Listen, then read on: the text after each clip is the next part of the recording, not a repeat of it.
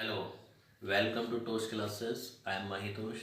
I am a senior physics and M.Ed, Masters in Education. Welcome to this channel, the Tosh classes. In these classes today, I am going to explain the first lesson of NCERT Physics class or class 11. The name of lesson is Physical World. Okay. So physical word, actually what is physical word? Actually this is the introductory lesson of physics, in which we come to know what is physics and how and why it is necessary to study it.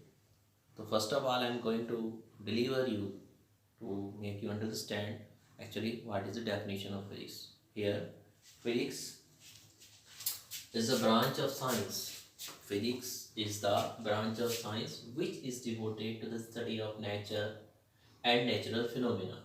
Actually, physics is the branch of science in which we study the natural phenomena. For example, why rainbow is formed, what is the reason of high tides and low tides.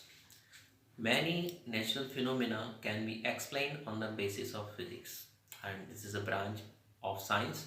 Thus, therefore, we can say physics is the most basic of all sciences. There are three branches of sciences: physics, chemistry, and biology, in which physics is the most basic of all sciences.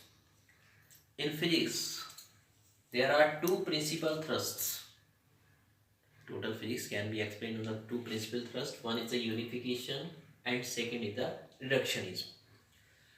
What is unification? By unification we means attempting to explain diverse physical phenomena in terms of few concepts and laws.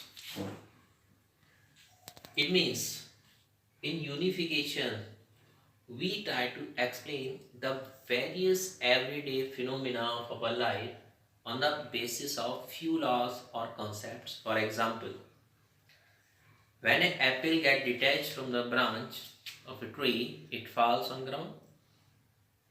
Second natural phenomena that you have studied. Moon rotates around the earth. Third one, earth rotates around the sun. These three basic phenomena, or these three basic things can be explained on the basis of universal law of gravitation.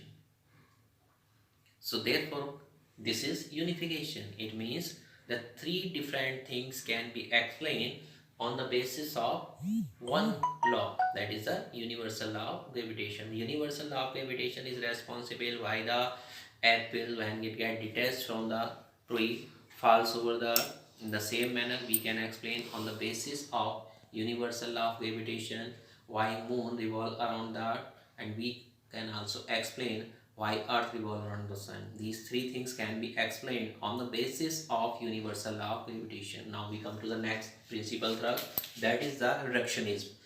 Attempting to derive the properties of a bigger and more complex system from the properties of its constituent simpler parts. Yani we try to explain the property of a complex system, and this property of complex system can be explained when we study the properties of its constituent simpler parts. For example, we take a bulk system.